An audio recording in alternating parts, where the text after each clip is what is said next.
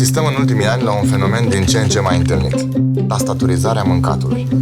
Sunt foarte mulți oameni, nu avem un număr exact, oameni care mănâncă pe tastatură și ei nu știu că acest obicei creează dependență. Mănânci azi o dată, mănânci mâine de 2 ori și nu mai ai cum să mănânci fără tastatură. Fac asta fără să mai conștientizeze, fără să-și mai dea seama. Noi, la Pizza Hut, am creat departamentul de detastaturizare. Zi de zi încercăm să găsim cele mai bune soluții pentru ca oamenii să reînceapă să ia masa în oraș. Să interacționeze, să formeze din nou legăturile astea umane. Sigur, țintim sus.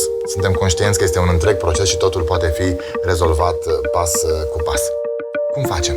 Îi aducem pe oameni să mănânce în oraș, la noi. Bine ați venit! Doriți o masă normală sau cu tastatură? Nu, cu tastatura. Dar îi păstrăm în zona lor de confort, le lăsăm tastatura.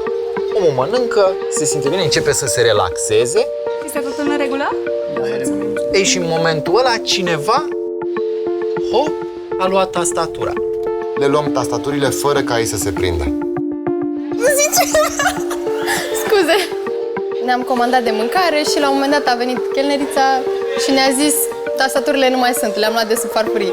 Wow! Am mâncat fără tastatură. Chiar a fost ok. Cred că o să mai încerc, adică depinde ce se întâmplă. Asta ne trebuie ca oameni. Păi de ce să nu mâncăm ca oamenii? Vii la restaurant și combini pizza cu antreu la alegere sau pizza cu salată la 15,90 lei și stai frumos la masă. Mai discuți. De ce să nu facem așa?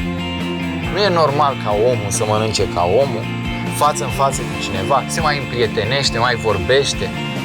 E altceva.